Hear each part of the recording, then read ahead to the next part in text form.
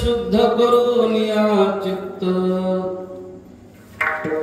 तुझ भावा आहे देव तरी हा सुलभ उपाव आणि कांचे कानी गुण दोष मनान आणि तुझ भावा आहे देव तरी हा सुलभ उपाव मस्तक ठेंगणा करी संतांच्या चरणा तुझ भावा आहे देव तरी हा सुलभ उपाव वेचिते वचन जेणे राहे समाधान तुझ भावा आहे देव तरी हा सुलभ उपाव तुका म्हणे फार थोडा तरी परोपकार तुझ भावा आहे देव तरी हा सुलभ उपाव विठ्ठल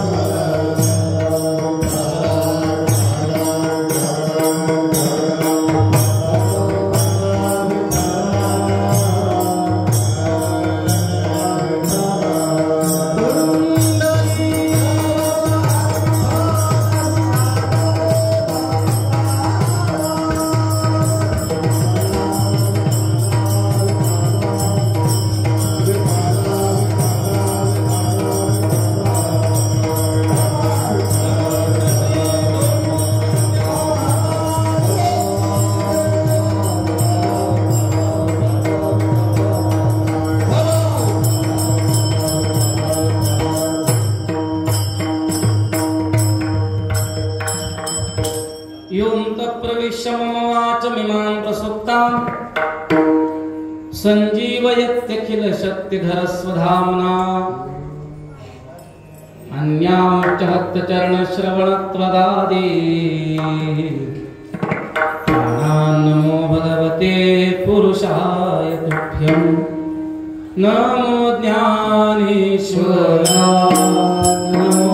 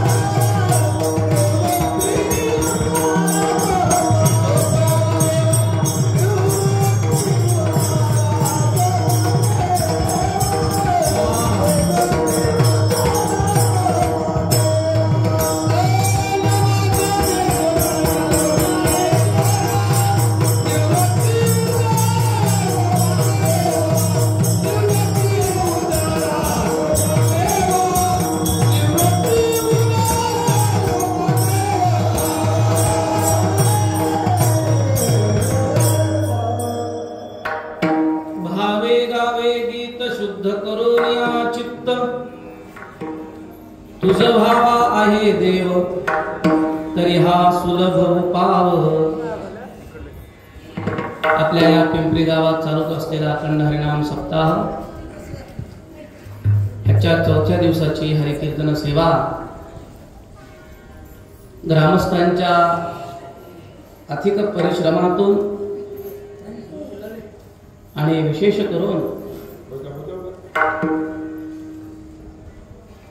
आमचे काही परिचय नसताना सुद्धा केवळ संपर्कातून परिचय झालेले संतोष भाऊ पाटील यांच्या संपर्कातून आपल्या सर्व भाविक भक्तांचा आणि सद्गुरू श्री धोंडू महाराज तात्यांच्या दर्शनाचा योग आणि 6 चरणाचा परमात्म्याच्या प्राप्तीचा सुलभ उपाय सांगणारा अभंग सेवेसाठी निवडला विठाला।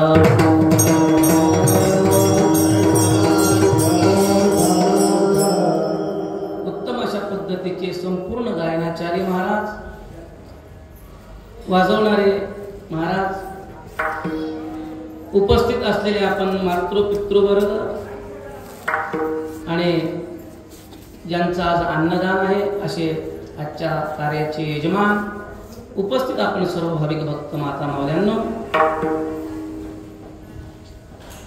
मला कीर्तन स्वरात येत नाही, जोरात येते फक्त। आमचे गुडसूरचे महाराज आहेत। आता कसं आहे पहा, काहीच परिचय नाही आपला। नवीन लग्न झालेल्या मुलीला सासरवाडीत रमवायला किती दिवस लागतात? आता ते व्हॉट्सअपवर सांगा ना मी तुम्हाला, आधीच रमायला कसं, पण पूर्वीच्या काळात कमीत कमी लग्न झाल्यावर त्या मुलीला त्या सासरवाडीमध्ये रमायला 5-6 वर्ष तरी लागत। आता तुमच्या गावात नांदायला आलेली मी कोण? 2 तासासाठी। मग आपलं जमलं पाहिजे 2 तासात। कीर्तन बरं असावं का बरं भाव? बोलत चाल, बरं भाव। कीर्तन कसं असावं? बरं भाव। कीर्तनात बसावं का कीर्तन आपल्यात बसवावं? कीर्तन काय मिळ लागलं ना? स्वयंपाकात बसावं का स्वयंपाक आपल्या? काय काय काय काय स्वयंपाकात आपण का स्वयंपाक आपल्या? गावात एवढीच माणसं आहेत का तुमच्या? एवढंच माणसं ज्ञानेश्वर माऊली येतात का? मी सिद्धांत असं सांगतोय तुम्हाला. मला अभंगाची प्रस्तावना आणि 6ही चरण क्रमाक्रमाने सोडवायचे. कीर्तनात बसून कीर्तन आपल्यात बसावं, स्वयंपाकात बसून स्वयंपाक आपल्यात बसावा. तद्वत परमार्थ आपल्यात असावा, परमार्थ आपल्यात उतरावा, परमार्थ प्राप्ती आपण करून घ्यावी. ती परमार्थ प्राप्ती कशी करून घेतली पाहिजे हे सर्वसामान्य असलेल्या तुमच्यासारख्या माझ्यासारख्याला कळत नाही. बारकावे नाही का? परमार्थ मार्ग अत्यंत कठीण, परमार्थ प्राप्तीचे मार्ग अत्यंत अत्यंत अत्यंत कठीण आहे. ईश्वर कळणं अत्यंत कठीण आहे, देव मिळणं अत्यंत कठीण आहे. खूप पुण्य करावं लागतं. खूप पुण्याच्या पर्व काळानं कुठं ना कुठेतरी परमात्मा प्राप्त होतो, कुठं ना कुठेतरी परमात्म्याचं दर्शन होतं. मी तुम्हाला असं विचारतो, पिंपरीकर वासियांना, सगळ्या लोकांना, मला बोलत चला. आणि मला बोलणारे माणसं आवडतात, गायनाचार्य महाराज. आणि माझा नियम असा आहे की माझ्या या खिशातही पैसे आहेत, या खिशातही पैसे घेऊन आलोय मी. माझ्या कीर्तनात बोलणाऱ्या माणसाला, माई माणसाला मी कोणी जे बोलत त्याला 500 रुपये देत असतो. फक्त ते जुने कोणते कोणते कळाले न चालणार. मी तुम्हाला असं विचारतो, आपल्यापैकी देव न मानणाऱ्याला सुद्धा, देव न पाहिलेल्याला सुद्धा, देवाची अनुभूती न आलेल्याला सुद्धा एक गोष्ट मात्र पाहिजे. काय? एक गोष्ट मात्र प्रत्येकाला पाहिजे. देव कळो न कळो, देव अनुभवाला येऊ न येऊ, मग एक गोष्ट सगळ्यांना पाहिजे. सगळ्यांना म्हणजे आज्ञानाला पाहिजे, ज्ञानाला पाहिजे, कामाला पाहिजे, विषयाला पाहिजे, सगळ्यांना पाहिजे एक गोष्ट. शास्त्रकार म्हणतात त्या एका गोष्टीचं नाव आहे सुख. काय काय काय? मज लागे दुःख व्हावे. कोरोनात तरी असं वाटलं का कोरोना व्हावा आपल्याला? गाडी चालवताना पाय तुटावा वाटतो का? कीर्तनाला येताना पोट दुखा वाटतं का? डोकं दुखून बसा वाटतं का? पामरातल्या पामराला सुद्धा हे कळतं की मला काय पाहिजे? सुख पाहिजे.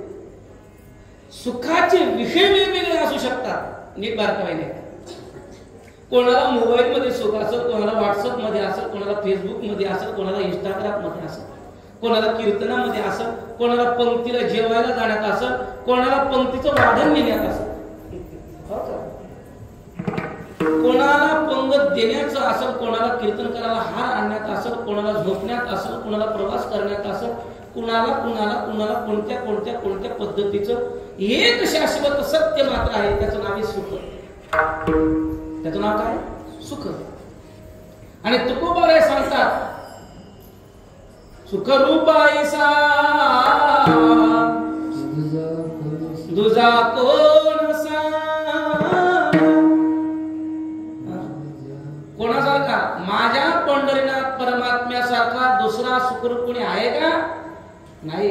म्हणजे हे सिद्ध झालं की सगळ्यांना सुख पाहिजे आणि सुख म्हणजे परमात्मा आहे. बर बर बर. म्हणजे देव म्हणजे सुख आहे. मग आम्हाला देव प्राप्त करून घ्यायचा आहे. तुकोबारायाकडे पिंपरीतले 50 लोक गाडी करून देऊला गेले. माझ्या सकट आपण सगळेजण कुठे गेलो? देऊला गेलो.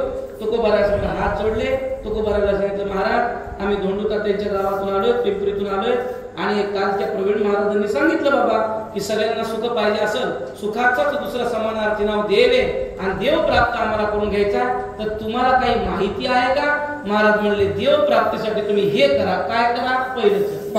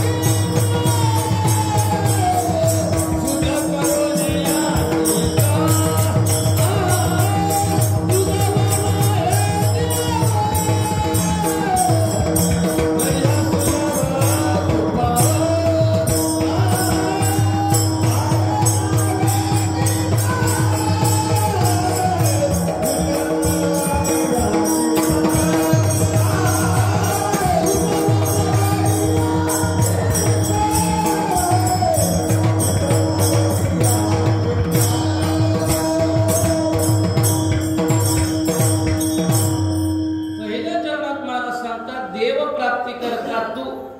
हे साधकांना तुम्ही काय करा, भावे गावे गीत शुद्ध करून या चित्त. तुम्ही तुमचं चित्त शुद्ध करा आणि चित्त शुद्ध करून भावानं गीत गा. हा पहिला उपाय देवाच्या प्राप्तीचा सांगितला. कमीत कमी मी 11 सव्वा 11 पर्यंत फक्त भाव याच्यावर सांगेल तुम्हाला. भाव कळतो का तुम्हाला? भाव शब्दाचा अर्थ काय? काय चालू आहे? हळदीचा भाव काय चालू आहे? सोन्याचा भाव काय चालू आहे? सोयाबीनचा भाव. हे कळत नसेल तर दळणाचा भाव काय चालू आहे? कसं किलो आहे? आता कळत. भाव शब्दाचा अर्थ किंमत. भाव म्हणजे काय? किंमत. आणि शास्त्रीय भाषेमध्ये भाव कशाला म्हणतात? प्रेमणास्तु प्रथमावस्था भाव इति उच्यते बुद्धि. सात्विकता ऐकत जावं. कीर्तनात तामसिकता आणि राजसता असू नये. ऐका, तुमचं गाव फार भाग्याचं आहे. कारण ज्या महात्म्याच्या निमित्तानं तुम्ही हा सप्ताह करता त्या महात्म्याचा अधिकार फार मोठा आहे. म्हणून ज्या महात्म्याचे पदस्पर्श ज्या गावाला ज्या मंदिराला लागले त्या महात्म्याचा सप्ताह करत असताना आपण तामस ऐकणं आणि राजस ऐकणं सोडलं पाहिजे. कारण माणसाला देवाच्या प्राप्तीकरता सात्विक ऐकणं हाच मार्ग सोडला. बरोबर आहे? मी असं सांगत होतो तुम्हाला. भाव शब्दाचा अर्थ किंमत. बरोबर आहे? दुसरा भाव शब्दाचा अर्थ सांगितला शास्त्रकारांनी.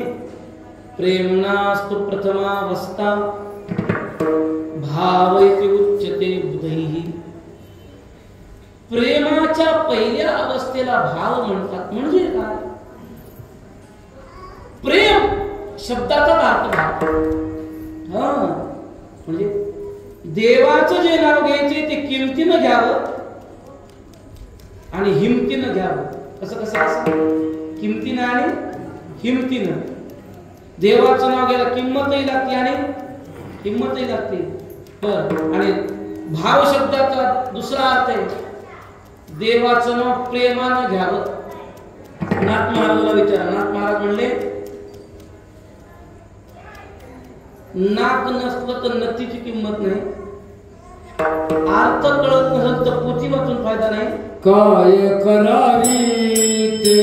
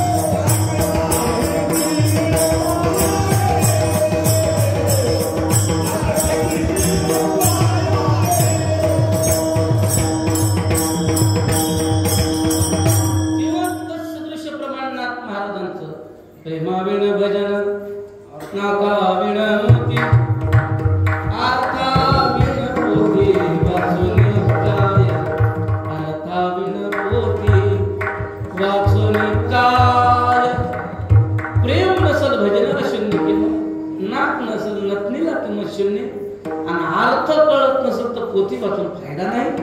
तद्वत परमात्माच्या प्राप्ती करता आपण जे राम कृष्ण हरी विठ्ठल गोविंदा अमुक तमुक जे काही शिव शंकर जे नाव घेतो का त्या नाव घेण्यामध्ये प्रेम असलं पाहिजे. तुकोबाराच्या भाषेत सांगू का, सुनई रडतील लेकही रडतील. कधी कधी पण ऐका, तुकोबारा सांगतात सून जेव्हा सासू करता रडते त्यावेळेला भाव वेगळा आहे, आणि लेक जेव्हा माई करता रडते भाव वेगळा आहे. सुनेचं रडणं अंगावरचे दागिने काढण्याकरता. झोपला का लवकर, उठा उठा अजून का सुरुवात झाला लय गाठायची. अजून 6 चरणाचा आपण घेतलाय मी, आणि काय उद्या उदगीरला जायचं सकाळी सकाळी मला 6 6:30 पर्यंत करा म्हणले बाबा कीर्तनाचे.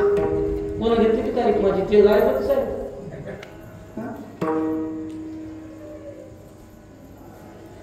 काय सांगत होतो मी तुम्हाला, प्रेम असतं कशा. सुनेचं रडणं हे सासू करताना पाहुणे काय म्हणतील म्हणून आलेले नातलं माघारी म्हणतील की कसली सून होती, नुसती आपली घोबड्यासारखी टुकमुक टुकमुक होऊ लागली, रडणं गेली काहीच नाही. पण काही का असं ना तुकोबारा सांगतात, सासू करता सुनेला खोटे खोटे का होईना अश्रू डोळ्यात आणावे लागतात.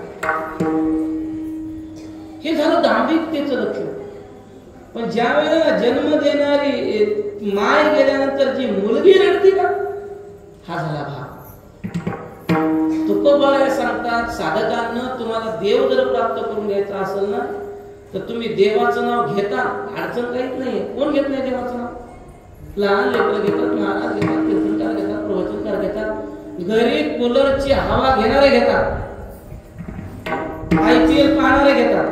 अजून काय सांगा तुम्हाला, कोण घेत नाही देवाचं? सगळे देवाचं नाव घेतात. पण देवाचं नाव घेण्यास सुद्धा चव आहे, देवाचं नाव घेण्यास सुद्धा फरक आहे. काही जण लोकांनी मानावं याच्या करता घेतात, आणि काही जण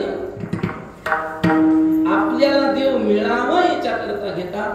तुकोबारा सांगतात तुमचं देवाचं नाव जे घेणं आहे ना तो देव मिळण्याकरता प्रेमानं तुम्ही राम म्हणा. बर, पण ते म्हणत असताना शुद्ध करून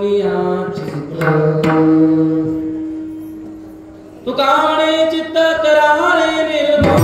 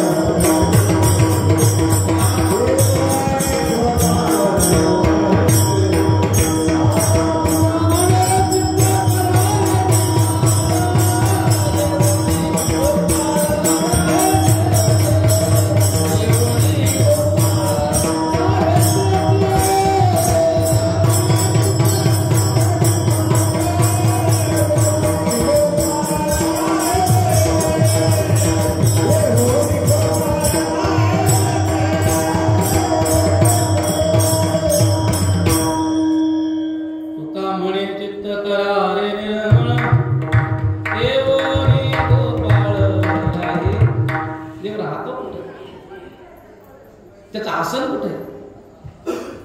आसन कुठं झालं होतं देवा? ज्याचं चित्त निर्मळ झालं, निर्गता मला यस्माचा इति निर्मला. निर्मळ अंतःकरण ज्याचं झालं, अशा निर्मळ अंतःकरणामध्ये देवाचं नाव टिकतं. खरं खरं सांगा, खरं खरं सांगा, आपलं अंतःकरण माझ्या सगट हो, कीर्तनकारा सगट हो, ऐकणाऱ्या सगट हो, काय आपलं चित्त निर्मळ झालंय का गडूळ होत चाललंय? चित्त गडूळ होत चाललंय सत्य करून का निर्मळ व्हायले? पंक्ती करून निर्मळ व्हायले का गडूळ व्हायले? परमार्थ करून गडूळ व्हायले का निर्मळ व्हायले? काही तुमच्याकडे बोलत नाहीत कीर्तन? बोलतात की मी तुम्हाला असं सांगितलं, जसं जसं आपण नवीन युगात प्रवृत्त व्हायला लागलो, जसं जसं पुढे चाललो ते एक वर्ष परमार्थाची जशी जशी आपली वाटचाल जोरात चालू आहे, तशी तशी चित्ताची शुद्धता वाढत चालली का गढूळ होत चालली? त्याचं उत्तर एक आहे, गढूळ होत चालली. आणि देव गढूळ झालेला राहत नाही. पाहुणा तर सोय आहो, तुम्ही 10 दिवस गावाला गेले तर घरात बसा वाटत नाही, म्हणतात थांबा बाहेर बॅगा तेव्हा झाडून घेऊ दे आधी, मग बॅगा घरात नाही. मग तो अनंतपूर्ण निदान परमात्मा तो जर तुमच्या चित्तात राहायचा असेल तर ते चित्त कसं झालं पाहिजे?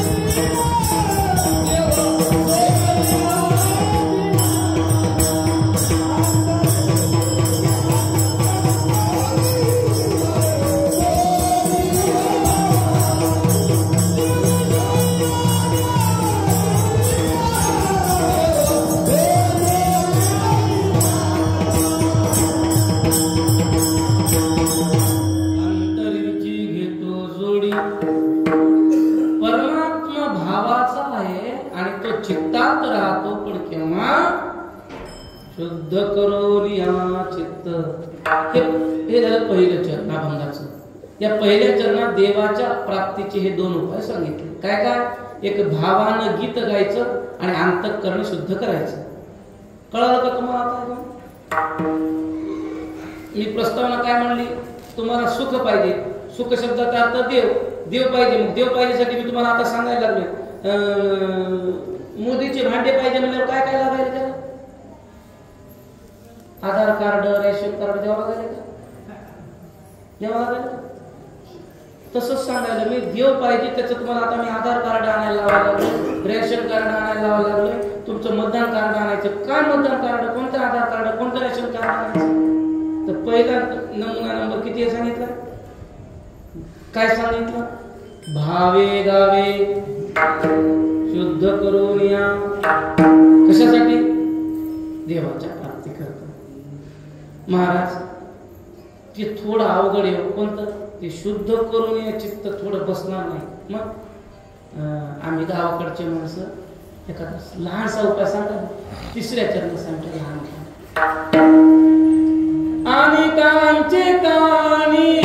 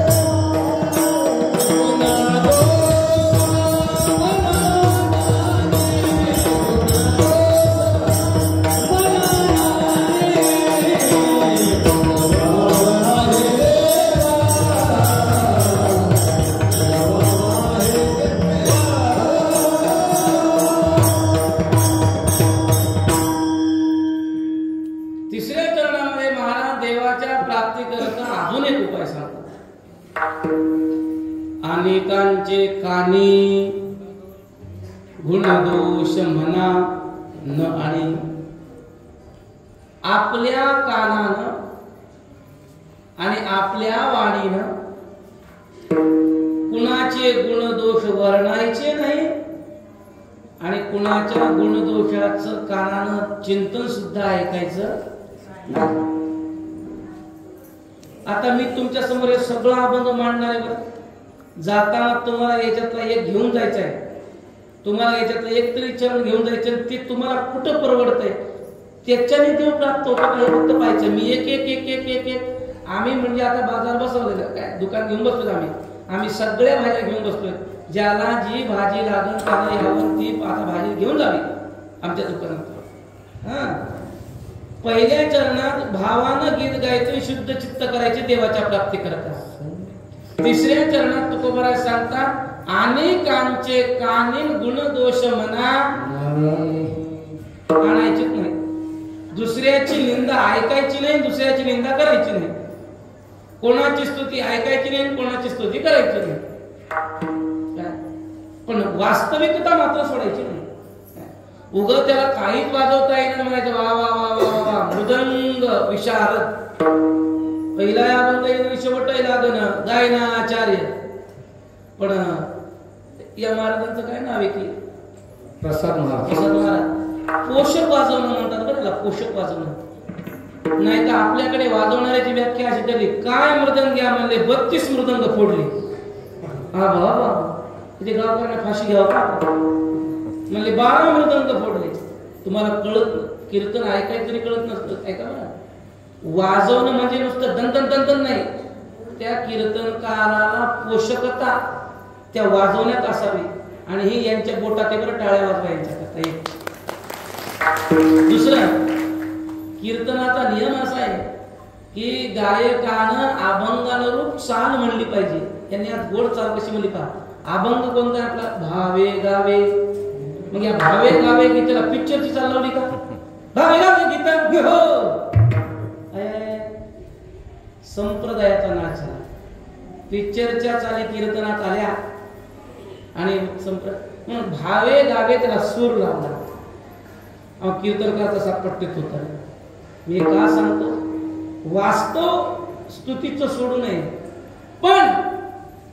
पण तुकोबाराय सांगतात कुणाची निंदा आपल्या वाणीनं करू नये आणि कुणाची निंदा कानानं ऐकू नये. परमार्थात सगळ्यात मोठं जर पथ्य कोणतं असेल सांगू तुम्हाला, साधका करता सगळ्यात मोठं पथ्य, ज्या वाणीनं दुसऱ्याची निंदा केली जाते ती वाणी गावातलं सगळं पाप डोक्यावर घेते. महाभारत त्याला प्रमाण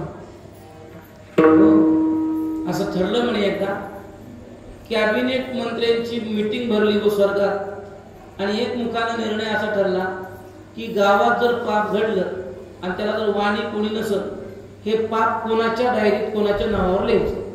तर ब्रह्मदेवाने सांगितलं त्या गावात जावं आणि त्या गावात जर एखाद्या साधूची, संताची, चांगल्या माणसाची लोक जर निंदा करू लागली तर त्याच्या नावावर बिल फाडावं. पूर्ण कळालं. मी नेहमी सांगतो की माणसाच्या जिभेला हात लावता येत आणि सगळ्यात जास्त जर निंदा कुठं होत असेल ते सत्याला जास्त होती. उगाच कीर्तनकार कीर्तन करून जावं, चुकला कुठं हे आधीच तयार होते त्याची यादी. ते महाराज कुठं चुकला याचे 2 पानं आधी तयार होतात. संयोजकाला कसा हार घातला नाही त्याची 2 पानं तयार होतात.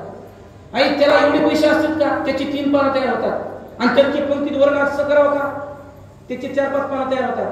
असं करत करत सत्याच्या कार्याच्या दिवशी ग्रंथ तयार होते आपला. कशाचा? सत्याचा. पण कोणता? कोण कुठं चुकलं याचा. नेहमी सांगत असतो मी, माणसाने गुन्हाकडे लक्ष द्यावं का दुर्गुणाकडे? आता यांच्या कपड्याकडे पाहावं का बोटाकडे? अनेकांचे कानी गुणदोष. महाभारत म्हणतं आपल्या वाणीने जर लोकांची निंदा घडली तर रात्रीच्या वेळेला आपल्या नावावर ते पाप लिहिले जातात. म्हणून तुकोबारा एका ठिकाणी म्हणतात आम्ही स्तुती करू ती देवाचीच, आम्ही बोलू ते देवाबद्दलच, पण आमच्या वाणीनं आम्ही कोणाची देव सोडून स्तुतीही करणार नाहीत आणि आम्ही कोणाची निंदाही करणार. अनेकांची स्तुती ती आम्हा ब्रह्महत्या. आम्हाला ती ब्रह्महत्येसारखी. पण आमचं पाकिट वाढण्याकरता आम्हाला 9.5 लाख गण्यातून विना काढला का 10 पर्यंत आयोजकाचंच नाव घ्यावं लागतं. यांच्या प्रेरणेनं, यांच्या प्रेसेच्यातून, यांच्या आथयतेच्यातून, त्यांच्या संभाषणातून त्यांनी इतके फोन केले आणि आमचं इथे येणं. आणि एक नियम असा आहे, एका म्हणता भले दुसरे सहजची. मी यांना चांगलं गायक म्हणवतो, यांना राग येतो. मी तुम्हाला म्हणाव काय माणसं आहेत पिंपरीचे, कीर्तन सुरू झाल्यापासून झोपले, यायला राग येतो. झोपले नाही, जाग येत असं म्हणायचं होतं मला. म्हणजे यांची स्तुती केली यांना राग येतो, यांची स्तुती केली यांना राग येतो, यांची स्तुती केली यांना राग येतो. तुकोबाराय सांगतात बाबा त्याच्यापेक्षा कुणाची स्तुती करू नका आणि कुणाच्या अवगुणाची चर्चाही करू नका, निंदाच करू नका. म्हणून आपल्याकडे असं म्हटलं जातं की पैठण क्षेत्रामध्ये एक वटा होता म्हणे. तसे प्रत्येक गावात 2 वटे असतातच. कोणते कोणते तुमच्या गावात आहेत ना? आणि दुसरा मसनवटा. मसनवटा आहे जिथं माणसं काय करतात, जिवंत करतात, झाड. बरोबर आहे. हे कुच्चर वाटा मसनवटा प्रत्येक गावात. फक्त जिथं निंदाच गायल्या जाते त्याला कुच्चर वाटा म्हणतात. आणि प्रायशः आम्ही माफी मागून बोलतो, आपल्याकडे इकडचा जो हे भाग यांच्यात जास्त प्रमाणात, खूप प्रमाणात पाहायला मिळतं. कुणाचं काय कसं कसं झालं, कोण कोणासोबत, सगळं मी म्हणतो जेवढी माहिती मालकाला नसते तेवढी माहिती आधी इथं प्राप्त होती मला. मग लक्षात घ्या, जर तुम्हाला देव पाहिजे का आज नियम करून टाका दोंडोदात्याच्या समोर काय की उद्यापासून आम्हाला कोणाची निंदाही करायची नाही, कोणाची स्तुती करायची नाही. कशा करता? तुझ भावा आहे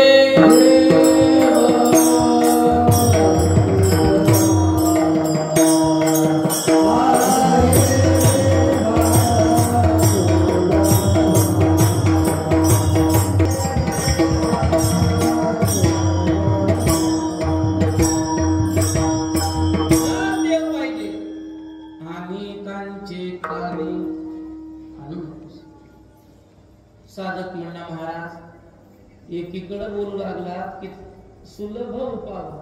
हे काय सोपा उपाय काय देवप्राप्तीचा? चित्त निर्मळ करणं सोपं नाही, प्रेमानं नाव घेणं सोपं नाही, आणि दुसऱ्याची निंदा करायची नाही देवाची, ही त्याच्यापेक्षा अवघड आहे. हे काही जमणार नाही म्हणजे सोपा. अजून एखादा उपाय सांगा देवप्राप्तीचा. महाराज चौथ्या चरण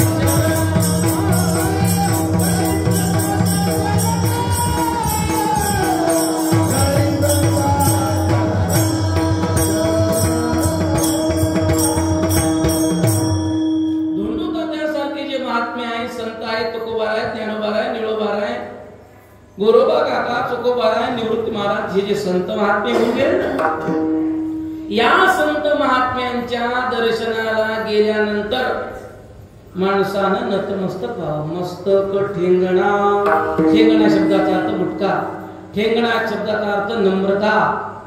संतांच्या दर्शनाला गेल्यानंतर माणसाने आपण काय व्हावं? नम्र व्हावं. त्या नम्रतेने देव मिळतो. आता तुमच्या गावाला मी विचारतो प्रश्न, माणसं नम्र आहेत का नम्री आहेत? माणसं नम्र आहेत का नम्री आहेत? हा, भोळे का गाबळे? भोळे का गाबळे? किती नम्र? तुमच्याच भागातून आता कीर्तन करून आलो मी. याच परिसरात, गावचं नाव सांगत नाही, अजून 2-3 दिवस इकडेच राहायचंय मला. हो, ह्या गडबडीमध्ये काय बाबा, ते पाया पडण्यामध्ये 70ची नोट म्हणावं का 50ची तेच कळलं. कारण 50चा एक तुकडा आणि 20चा एक तुकडा चिटकून द्या. तिला 70 म्हणावं का 50 म्हणावं, 20 म्हणावं का 10 म्हणावं, 30 म्हणावं का काय काहीच कळत. मी लय हुशार महाराज. नांदेडला परवा जाताना 30-70 रुपये एसटी मध्ये त्या बस स्टँडला तुमच्या उदगीरच्या काकडी घेताना देऊन टाकली एका बाईला. पटकन लय आनंद झाला, म्हणलं कटले पैसे, भूक लागली तो.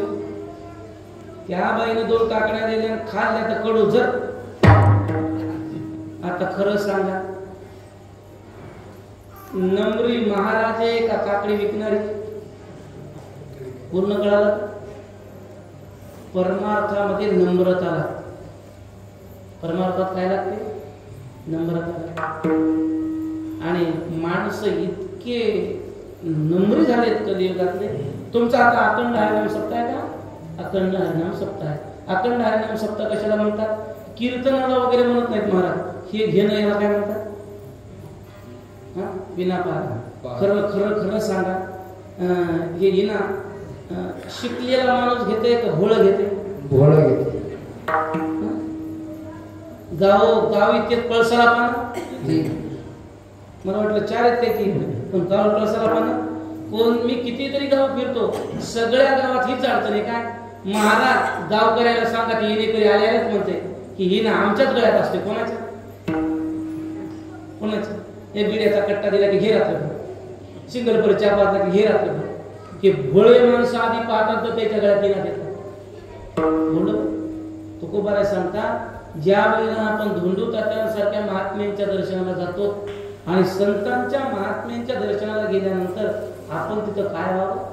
मस्त कठीण तरी संताच्या अगरवता करावे दास्य सकळ. श्री संताचे माता चरणावर साठावे करी.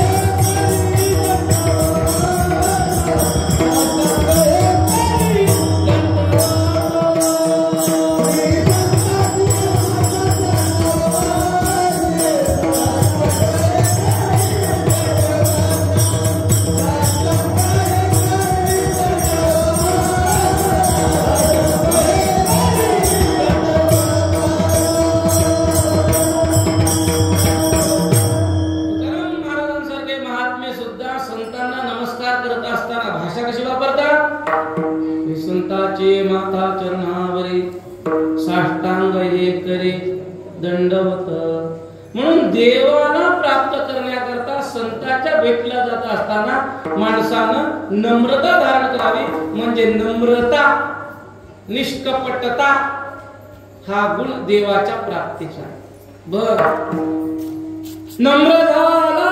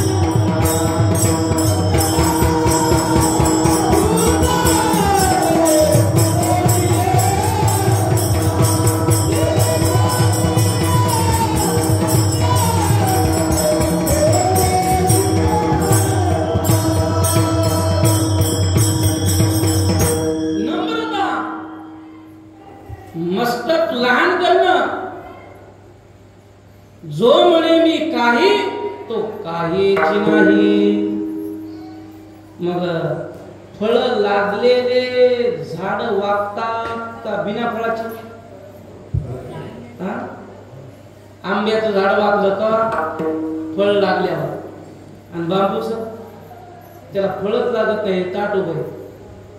ज्ञानी माणसं वाकत असतात, पण ज्ञान कमी आणि सोंग जास्त अशी माणसं मात्र त्या कोणत्या झाडासारखी? बाबळीच्या एरंड्याच्या, बरोबर. अजून पण वाकत नसतात, वाढत जातात झाड. आणि सोंग तर असं म्हणतात नम्रतेचं, आबा बाबा बाबा, जणू काय असं वाटतं की यालाच गुरु करावं काही. म्हणून तुकोबाराय सांगतात मस्तक ठेंगण करी संताच्या चरणा. तुकोबाराय ज्ञानोबाराकडे गेलं का? मज पामराय काय तोरपण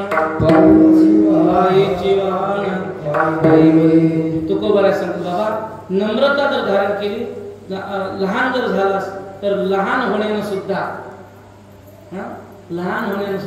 काय मिळतो? तुझं भावा आहे देव.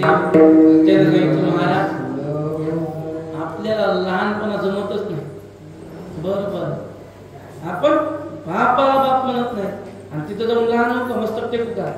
दुसरं सांगा, दुसरं काहीतरी.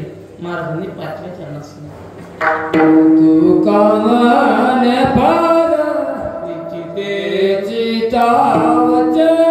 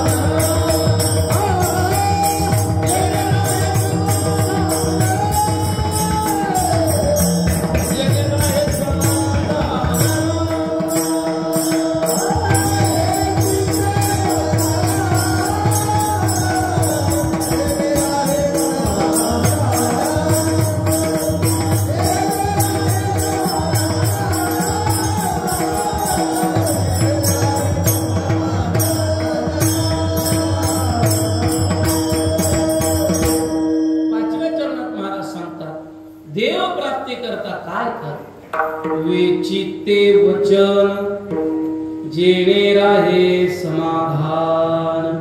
बाबा बोलताना असं बोल समोरच्याला की तुझ्या बोलण्यानं समोरच्याला काय व्हावं? कोण म्हणले अटॅक यावं? असं बोल की तुझ्या बोलण्यानं समोरच्याला आनंद होईल, समाधान होईल, सुख मिळेल. माणसं बोलतात का बोलून टाकतात का टाकून बोलतात?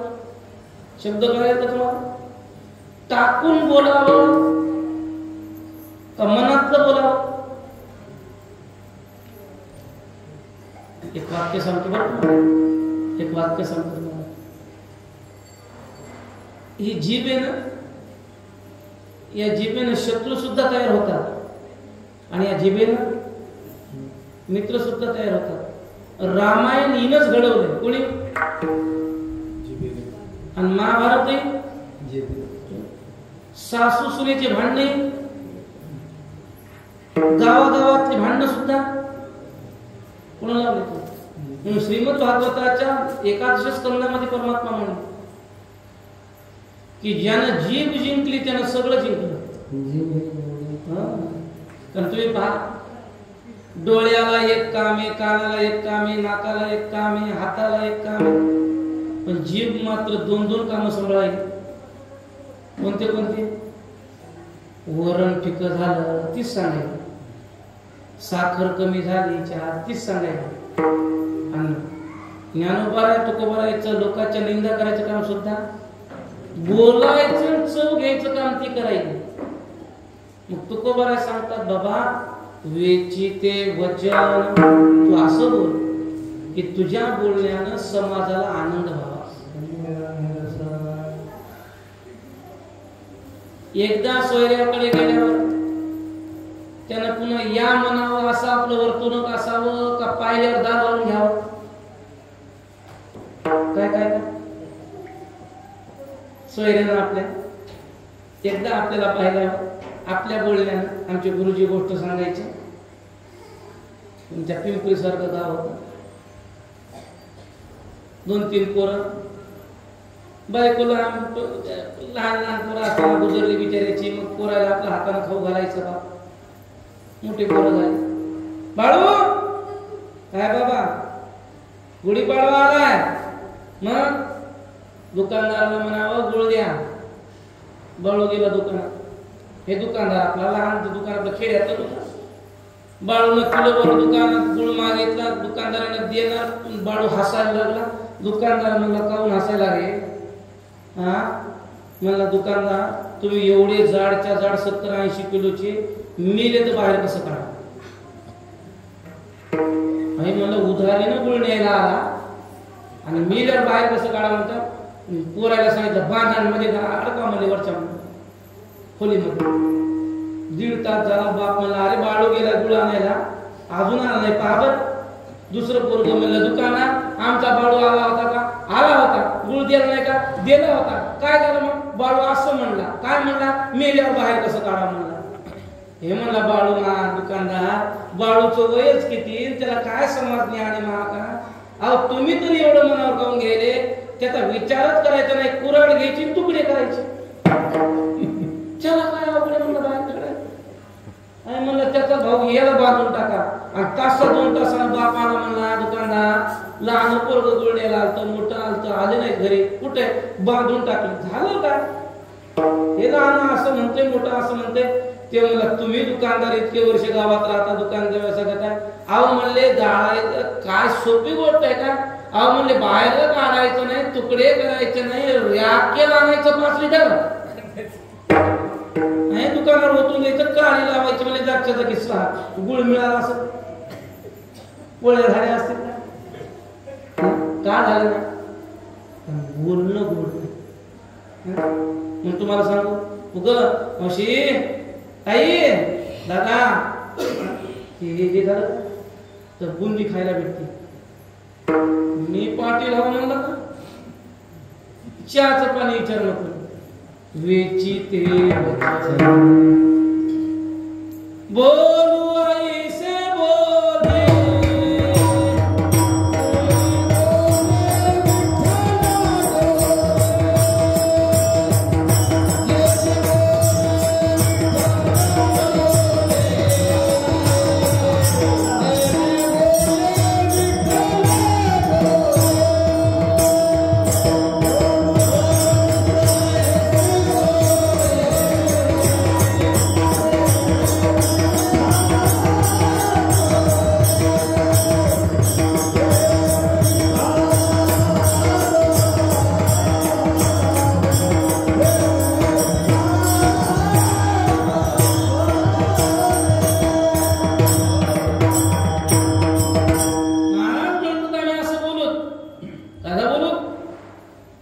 आमच्या बोलण्यानं देव नाचला पाहिजे आणि आमच्या कीर्तनात लोक झोपले पाहिजे. आम्ही कसं बोलू? आम्ही कीर्तन कसं करू की पहिले अभंगापासून ज्ञानोबा तुकोबापर्यंत लोक असंच बोलू ऐसे बोले जेने बोले विठ्ठल ढोले वेचिते वचन जेने राहे समाधान. म्हणून नीट एक सिद्धांत सांगतो मला, तुम्ही कुणासाठी काय करता हे करणार लक्षात ठेवत नाही. बरं माता मारल्यावर ऐका जरा तो उठा उठा उठा. तुम्ही कोणा करता काय करता हे तुमची नणंद सासू दीर कोणी लक्षात ठेवत नाही. मग तुम्ही काय बोलता हे लक्षात ठेव. लग्नाचे दिवस असावे तर त्या बिचारीनं नणंदच्या घरीत लग्न असावं, भावजय जावं, दिवसभर काम करावं, धुणं धुवावं, उंडा टिंबावं, वाढू लागावं, सगळं केलं. आणि रात्री झोपता झोपता असा एखादा शब्द बोला की दिवसभर केलेलं सगळं वाया गेलं. नीट आहे का?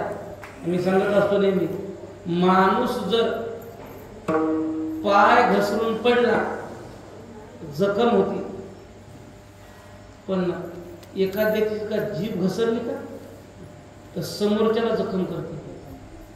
म्हणून मी नेहमी सांगत असतो की जिभेला हाड नाहीये. आहे का हाड जिभेला? माणसाला म्हणतात काय बोलू लागला, जिभेला तुझ्या काय हाड आहे का? जिभेला हाड नाही, पण ताकद सांगू की अनेकाचे हाड मोडते. हिनं बऱ्याचे हाड मोडले. कोणी? जिभेन. म्हणून वेची ते वचन असं बोला. कसं? जेने राहे समाधान. किती काळ जगायचा मधुर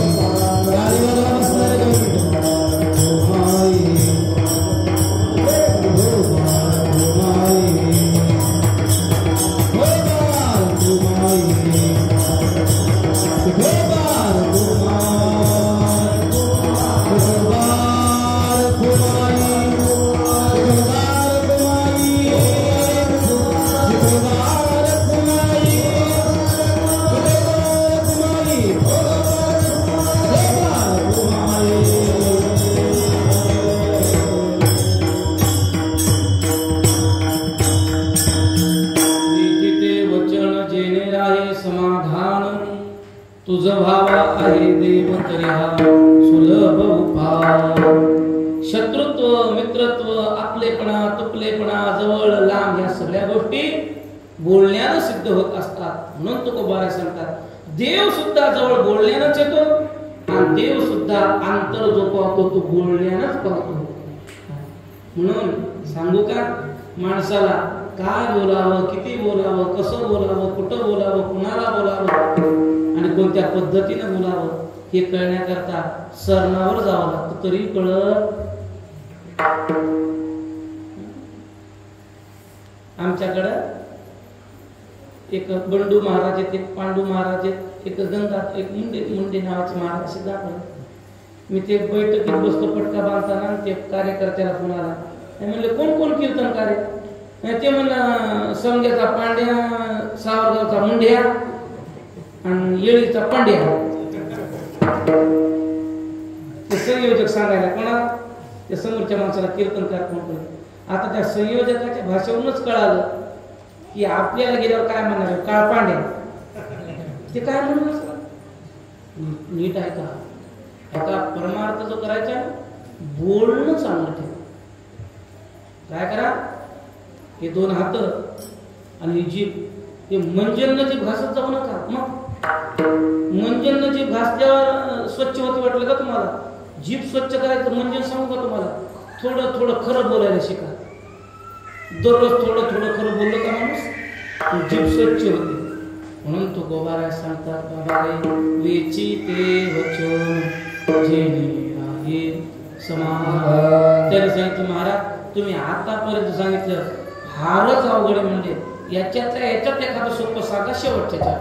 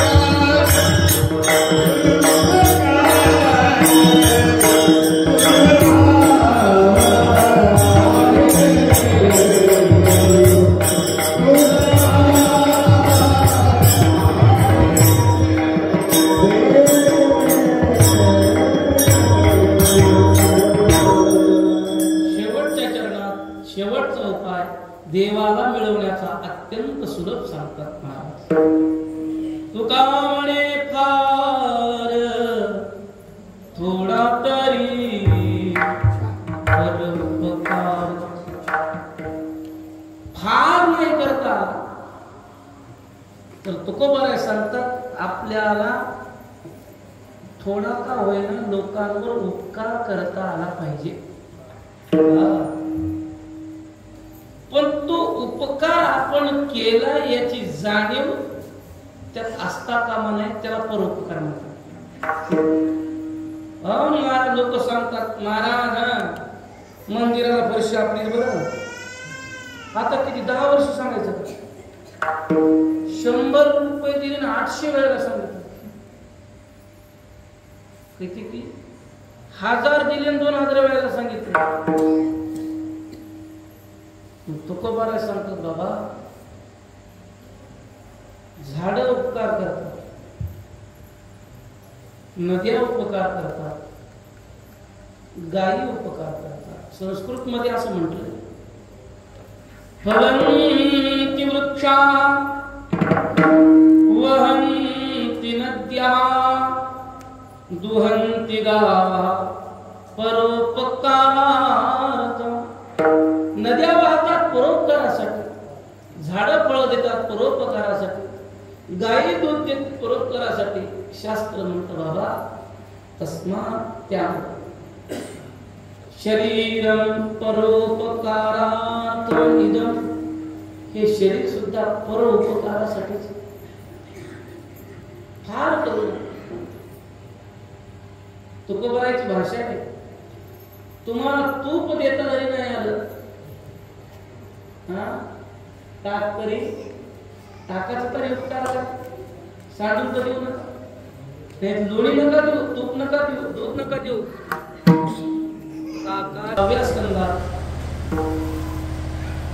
आणि शिवपुराणामध्ये सुद्धा दधीची ऋषींचं चरित्र आलंय. दधीची ऋषींनी इंद्राला वृत्रासुराला मारण्यासाठी आपलं शरीर समर्पित केल्याचं वर्णन भागवतात सांगितलं. म्हणून होईल तितका उपकार आपण करत जावा. हा उपकार सुद्धा आपल्याला देवाची प्राप्ती करून देतो. मग कुठले उपकार करावे ऐका बरं. गाव स्वच्छ ठेवणं हा सुद्धा परोपकार आहे. गायीचा सांभाळ करणं हा सुद्धा परोपकार आहे. गावात सप्ताह चालू असल्यानंतर आलेल्या वारकऱ्याचा साधू संतांचा राहण्याकरता आपल्याकडे त्याची व्यवस्था करून त्याला पाणी देणं, दूध देणं, गुळ देणं, पाय दाबणं, गळा दाबणं त्याचा, हा सुद्धा परोपकार आहे. हे सगळे परोपकार आहे. गावातलं मंदिर झाडणं परोपकार आहे. गरजू लोकांना ज्याला काही खायची व्यवस्था नाही, ज्याला कपडे नाही, ज्याला फीस भरायची व्यवस्था नाही, अशाला वही, पुस्तकं, पेन्सिल, पाटी, कपडे, अन्न, धान्य, गहू, ज्वारी देणं हा सुद्धा काय परोपकार आहे. बिडी, काडी, तोटा, तंबाखू हे सुद्धा देणं काय. आता इसरल्या काय करावं, चुना इसरला त्याचा बिचाऱ्याचा शेतात, तर आपण त्याला म्हणतो बा तुझा घरी इसरलाय, घे तेवढा माझा घरी गेल्या बिड्या देणं हे काय, ते व्यसन येतं. मग ज्ञानेश्वरी वाचायला देणं परोपकार आहे. संतांचं चरित्र वाचायला देणं परोपकार आहे. गाथा वाचायला देणं परोपकार आहे. मग तुकोबाराय सांगतात पिंपरीकरांनो ऐका, हे 6 चरणाचा जो अभंग आहे ना, ते भावे गावे गीतापासून ते तुका म्हणे हा थोडा तरी परोपकार, याच्यात तुम्हाला जे जमलं ते घ्या आणि आपला देव करून घ्या. कारण माणसानं जोपर्यंत देव आपला करून घेत नाही तोपर्यंत त्याला सुख मिळत नाही. आपला तो एक देव करुणी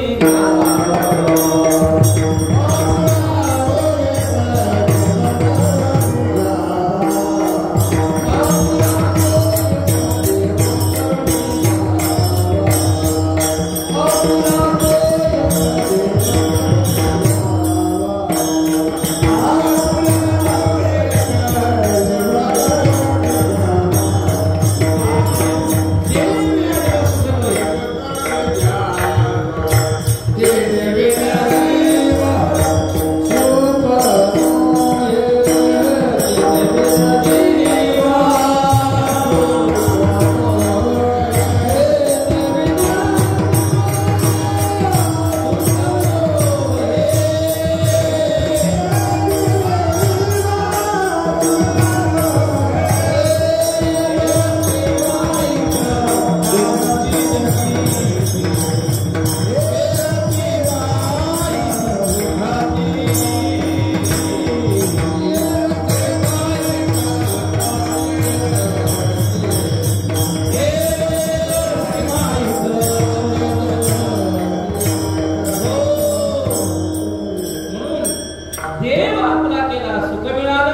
सुख मिळालं म्हणजे देव आपला राहिला आणि तो कसा मिळवावा या 6 चरणात महाराजांनी सांगितलं. झालेली सेवा सद्गुरू श्री धृततात्या महाराजांच्या चरणी समर्पित करतो.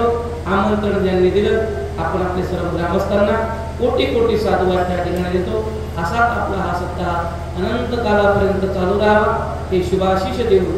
गायक वादक सगळ्यांच्या आणि विशेष करून ऑपरेटिंग ज्यांनी अत्यंत सुरेख केलं, खूप सुंदर, कुठं कसा आवाज कोणाला द्यावा हे अत्यंत ज्यांना कळतं असे ऑपरेटर आणि माता भावने आपण पुरुष वर्ग सगळ्यांच्या हृदयस्थ परमात्म्याला नमस्कार करून सेवेला पूर्ण केला. तुकाराम